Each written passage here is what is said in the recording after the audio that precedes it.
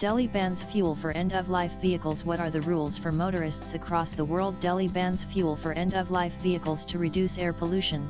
Petrol pumps across Delhi stopped providing fuel to end-of-life vehicles from today, July 1. This means diesel vehicles that have exceeded a lifespan of 10 years and petrol vehicles that have exceeded 15 years will not be fueled.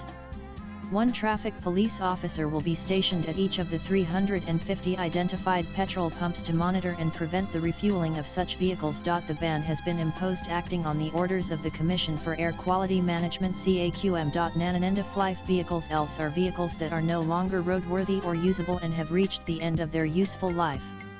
This typically happens due to age, wear and tear, or damage beyond repair.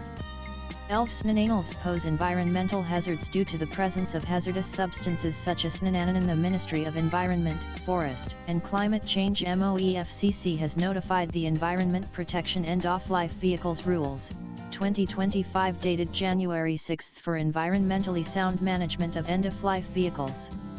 The rules are based on the principle of extended producer responsibility (EPR), where producers of vehicles are given mandatory EPR targets for scrapping of end-of-life vehicles.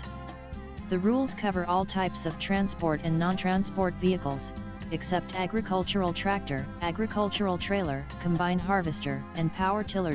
Producers have been provided annual targets for scrapping of end-of-life vehicles starting from the year 200 and 2,526 for the vehicles put in the market 15 years ago in case of transport vehicles and 20 years ago in case of non-transport vehicles. Registered vehicle scrapping facilities (RVSFs) have been mandated to receive unfit vehicles or end-of-life vehicles for scrapping and must carry out treatment, depolluting, dismantling, segregation and scrapping activities. The Ministry of Road Transport and Highways (MORTH) has formulated the vehicle scrapping policy for creation of an ecosystem to phase out older unfit and polluting vehicles. As on January 2025, 84 RVSFs are operational in the country. In European Union scrapped at 1,420 years.